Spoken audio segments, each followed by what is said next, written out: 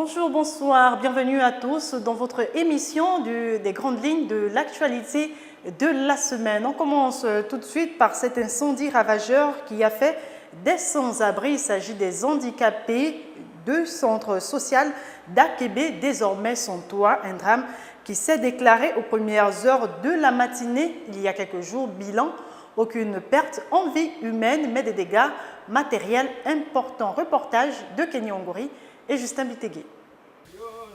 Ils ont tout perdu ou presque. À l'heure où le jour se levait sur la capitale gabonaise, les résidents du centre social d'Akébé ont été surpris par les flammes. Tous handicapés, ils ont été conduits sur la voie principale et aidés par les riverains solidaires. Sur les visages, la tristesse est perceptible et les cris de détresse sont lancés. On ne comprend rien. C'est un câble de courant qui a pris feu.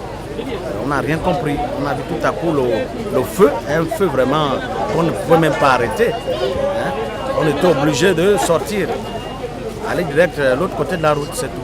Quand on lance un cri au chef de l'État, parce que là on ne peut rien, Tout est brûlé, on ne peut rien. Il n'y a que le chef de l'État qui peut essayer de voir cette situation. Sur place, les autorités présentes ont pu constater l'ampleur des dégâts et envisagent des solutions à l'endroit des sinistrés. Et vous savez dans quel état les handicapés vivaient. Et vous parlez du conseil municipal du 4e arrondissement. Nous avons fait le constat comme tout le monde. Nous avons saisi les autorités compétentes pour venir faire le constat. Et comme j'ai dit tout à l'heure à un de vos confrères, que nous allons nous concerter. La première des choses, c'est de voir avec le ministre des Affaires sociales qui va d'un moment arriver sur le site et voir comment nous allons, dès premier abord, loger les sinistrés. Ils sont handicapés, défavorisés pour le grand nombre. Des branchements anarchiques ou une marmite oubliée sur le feu seraient à l'origine de ce drame. Dans tous les cas, le problème qui se pose désormais est celui du relogement de ces personnes triplement démunies. L'université Omar Bongo a encore été le théâtre d'affrontements entre étudiants et forces de l'ordre mardi dernier. Pendant des heures, les deux camps ont résisté aux assauts de l'un et de l'autre. Cela fait suite à la marche de contestation qui a eu lieu lundi dernier sur le boulevard. Les autorités rectorales assuraient maîtriser la situation, mais les étudiants ne semblaient pas vouloir se calmer. Reportage de Samperonba et Justin Bitégué. L'université Omar Bongo ce mardi matin, deuxième jour consécutif d'affrontement entre les étudiants et les forces de l'ordre qui ont violé une nouvelle fois les franchises universitaires. Au-delà de l'habitude qu'imposent les autorités rectorales de faire intervenir les gendarmes et les policiers ici, c'est bien sûr l'image d'un chaos au sein de ce qui est universellement reconnu comme le lieu de la contestation par excellence. L'université gabonaise ne respecte plus les traditions universelles de l'université.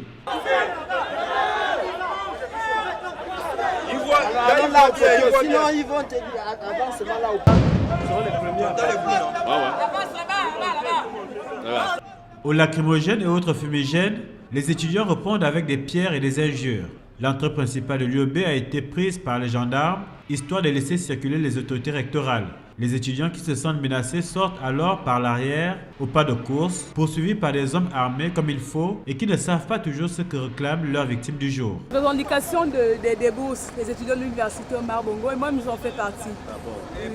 Mais pourquoi tu ne restes pas Ah non, je ne pouvais pas le faire, je suis une femme et puis ils nous bombardent avec des bombes lacrymogènes, donc je ne peux pas supporter les faits. L'opposition des étudiants est courageuse mais manque de dynamisme. Le mouvement est mené par moins de 500 garçons alors que l'UEB compte bien plus de 15 000 étudiants, tous logés à la même enseigne.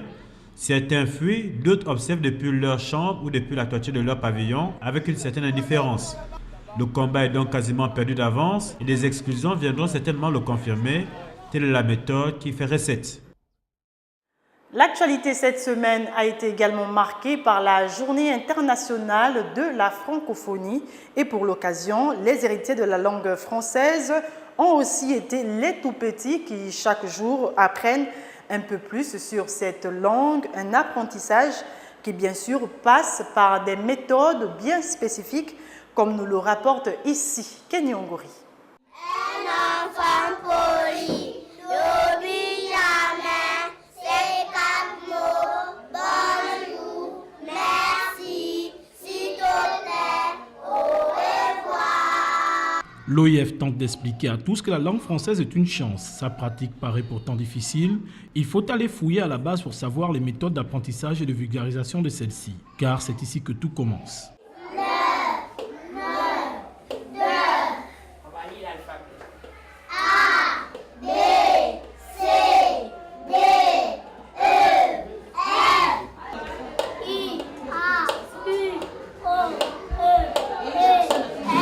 Un procédé que s'efforce de faire exister à jamais les enseignants. Le premier trimestre, c'est surtout le graphisme. Après le graphisme, maintenant, on passe à la prélecture. Exemple, lire d'abord, reconnaître, entourer, et puis maintenant, écrire après. En première année, le niveau est plus élevé avec la construction des phrases. Et là, on a fait quand même quelques phrases au tableau en désordre. Donc les enfants vont remettre ça dans l'ordre. Nina a bu du jus d'ananas. Ibana écrase une belle banane. À l'occasion de la Journée internationale de la francophonie, il faut noter que l'existence du français passe également par la formation des apprenants et du bon usage de cette langue, d'où un hommage aux formateurs. Le ministre des Relations avec les institutions porte-parole du gouvernement a rencontré les médias en ligne pour évoquer la question de la prime d'incitation à la performance qui met fin à des privilèges accordés durant de longues années à certains agents de l'administration. Aujourd'hui, tous les agents de l'État pourront enfin bénéficier de cette prime pourvu qu'ils soient compétitifs au sein de leurs administrations. C'est en tout cas ce que Denise Mekam a essayé de faire passer comme message cette semaine à ses journalistes. Reportage de Samperonba. Le gouvernement ne reviendra pas sur sa décision. La prime d'incitation à la performance met un terme au fonds commun. Les 100 milliards qui étaient préalablement distribués à quelques 9 000 agents vont désormais être versés dans l'ensemble de l'administration, mais cela à l'issue d'un processus d'évaluation. Quand on parle de prime d'incitation à la performance, comme je le disais tout à l'heure, cela nécessite un processus d'évaluation. Donc, il va être mis des mécanismes d'évaluation de la performance. Tout le monde ne bénéficiera donc pas de cette prime. 30 000 agents sont concernés, mais ils ne sont pas qualifiés d'office pour la recevoir. Tout le monde est potentiel bénéficiaire. Et c'est pourquoi justement il va falloir aujourd'hui que chaque fonctionnaire, va falloir aujourd'hui que chaque agent d'État fasse preuve de zèle, fasse preuve de compétences. Les 112 milliards restants sur les 212 milliards seront investis dans le mieux-être des populations, un effort dans un pays où la pauvreté devient quelque peu endémique. Nous allons avoir une autre catégorie de bénéficiaires. Et ces bénéficiaires-là, c'est ceux qui sont à la maison, ceux qui ne travaillent pas, ceux qui vivent dans la précarité. Parce que justement, ils vont en profiter dans le cadre du nouveau pacte social.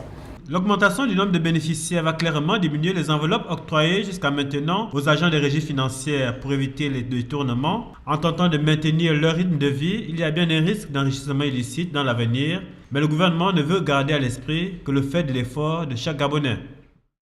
L'actualité, on rappelle, c'est également cette passation de charge au Conseil national de la communication entre le président sortant Guy Bertrand Mapangou et le rentrant Jean-François Ndongo, ce 18 mars à Libreville. C'était en tout cas en présence des conseillers membres au siège de la dite institution. Plus de précisions avec Justin Bitégué. Nommé lors du dernier conseil des ministres, Jean-François Ndongo vient de prendre officiellement ses fonctions à la tête du Conseil national de la communication. Je salue le travail que vous avez abattu pendant ces 2 années à la tête de l'institution. Comme je le disais tantôt, je n'ai pas l'expérience et les qualités qui sont les vôtres, mais comme je sais que vous êtes juste à la porte à côté et que je pourrais éventuellement de temps en temps bénéficier de cette expérience ou des suggestions pour faire progresser ce chantier que vous avez laissé. Pour le sortant Guy Bertrand Mapangou, l'heure était plutôt au bilan. Nous avons eu un challenge ensemble et je crois avoir essayé d'atteindre certains objectifs, notamment en ce qui concerne l'amélioration des conditions de vie, mais surtout le travail, parce que nous avons trouvé un outil complètement délabré. Donc nous avons refait le bâtiment, c'est visible. 3 bâtiments ont été refaits. Nous avons équipé en en matière informatique, en matière d'audiovisuel. Je serai à votre écoute pour avoir la conscience de bien faire. Tels sont les mots tenus par le nouveau patron du CNC, Jean-François Ndongo, compte naturellement sur l'expertise et le professionnalisme des uns et des autres. Voilà, point final à ce rappel de l'actualité de la semaine. Merci pour votre attention. C'est une émission à retrouver sur www.gabonnews.com. Quant à moi, je vous dis à vendredi prochain, même heure sur Gabon News.